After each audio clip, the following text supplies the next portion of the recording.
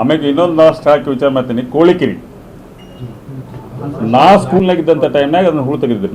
ನಾ ಏಡ್ತಾನೆ, ಯಾಕಂದ್ರೆ ನಾನು ದಾವಡ್ KMF ಐತಲ್ಲ ನಮ್ಮ ಹೊಲ ಅದು, ಆ ಹೊಲಕ್ಕಲ್ಲಿಂದ ಹೂಳು ಹೇಳ್ತಿದ್ವಿ ನಾವು ಅವಾಗ ಸೈಕಲ್ ಮ್ಯಾಗ ಹೋಗಿ ನಮ್ಮ ಟ್ರ್ಯಾಕ್ಟರ್ ಡ್ರೈವರ್ಗಳಿಗೆಲ್ಲ ಊಟ ಕೊಟ್ಟು ಬರ್ತಿದ್ದೆ. ಆ ಕೋಳಿಕೆರೆ ಹೂಳು ತಿಂದಂಗೆ ಹೂಳು ತೆಗೆದಿದ್ರು. ಬಟ್ ಅವಾಗಿಂದ ಫಸ್ಟ್ ಟೈಮ್ ಹೂಳು ತೆಗೆದಂಥವು ನಾನು. ಅದು ಕೂಡ ಎಷ್ಟು ವಿರೋಧ ಬಂತ ಅನ್ನೋದು ಕೂಡ ನೀವು ಗಮನಿಸ್ರಿ. ನಾವೇನೋ ಪ್ರತ್ಯೇಕ ಮಹಾನಗರ ಪಾಲಿಕೆ ಮಾಡ್ತೇವೆ ಅಂದ್ರು ಅದಕ್ಕೂ ಒಂದು ಹುನ್ನಾರ. ಈ ತರ ನೋಡ್ರಿ.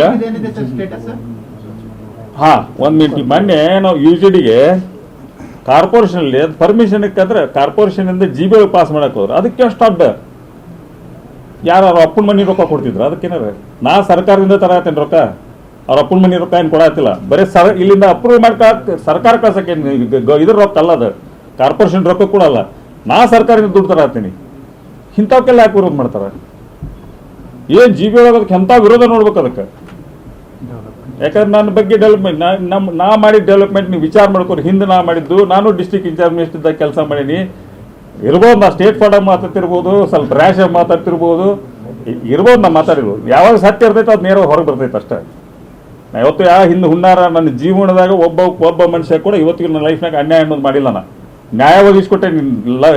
ಇಡೀ ಭಾಗದಲ್ಲಿ ಯಾರೋ ನನ್ನ ಹತ್ರ ಅನ್ಯಾಯ ಆಗೈತೆ ಅಂದ್ರೆ ನ್ಯಾಯ ಒದಗಿಸ್ಕೊಡುವಂಥ ಕೆಲಸ ಮಾಡಿದ್ವಿ ಇವತ್ತಿಗೂ ನಾನು. ಬಟ್ ಯಾವತ್ತು ನಾ ಅನ್ಯಾಯ ಹಿಂದಿಂದ ಯಾವುದೋ ಡಬಲ್ ಗೇಮ್ ಮಾಡೋದು, ಯಾರಿಗೋ ಹಿಂದಿಂದ ಇವ್ರು ಇಂಥ ಕೆಲಸ ನನ್ನ ಲೈಫಲ್ಲಿ ಯಾರಿಗೂ ನಾ ಮಾಡಿಲ್ಲ. ಇದ್ರೆ ಏನಾದ್ರು ನೇರವಾಗಿ ಮುಂದೆ ಮಾತಾಡಿ ಕಷ್ಟ. ಇದನ್ನು ತಾವು ಮಾಧ್ಯಮದವ್ರು ಕೂಡ ಅರ್ಥ ಮಾಡ್ಕೊಳ್ಳಿ. ನಾವು ಮಾತಾಡುವಂಥ ಸ್ವಲ್ಪ ಹಾರ್ಷ್ ಇರ್ಬೋದು, ರ್ಯಾಶ್ ಮಾತಾಡ್ತಿರ್ಬೋದು ಕರೆ. ಬಟ್ ಯಾವತ್ತೂ ಹಿಂದಿಂದ ಯಾರಿಗೂ ಅನ್ಯಾಯ ಮಾಡುವಂಥ ಕೆಲಸ ಜೀವನದಲ್ಲಿ ಯಾರಿಗೂ ಮಾಡಿಲ್ಲ ಅಂತ ವಿನಂತಿ ಮಾಡ್ಕೊಳ್ತೇನೆ. ಈ ಕೇಸಲ್ಲಿ ನೀವು ಹೊರಗೆ ಬರ್ತೀರಿ ಅಂತ ಅನ್ಸುತ್ತೆ ನಿಮಗೆ? ನಂಗೆ ದೇವ್ರ ಮೇಲೆ ಭರವಸೆ ಐತಿ. ನನ್ನ ಸತ್ಯಕ್ಕೆ ಯಾವತ್ತು ಜಯ ಸಿಗುತ್ತೆ. ಸತ್ಯಕ್ಕೆ ಜಯ ಸಿಗೋಕೆ ಸ್ವಲ್ಪ ಲೇಟ್ ಆಗುತ್ತೆ. ಸುಳ್ಳಕ್ಕೆ ಭಾಳ ಲಘು ಜಯ ಸಿಗುತ್ತೆ. ಸತ್ಯಕ್ಕೆ ಜಯ ಸಿಗುತ್ತೆ ಟೈಮ್ ಆಗುತ್ತೆ. ಸತ್ಯಕ್ಕೆ ಜಯ ಸಿಗುತ್ತೆ.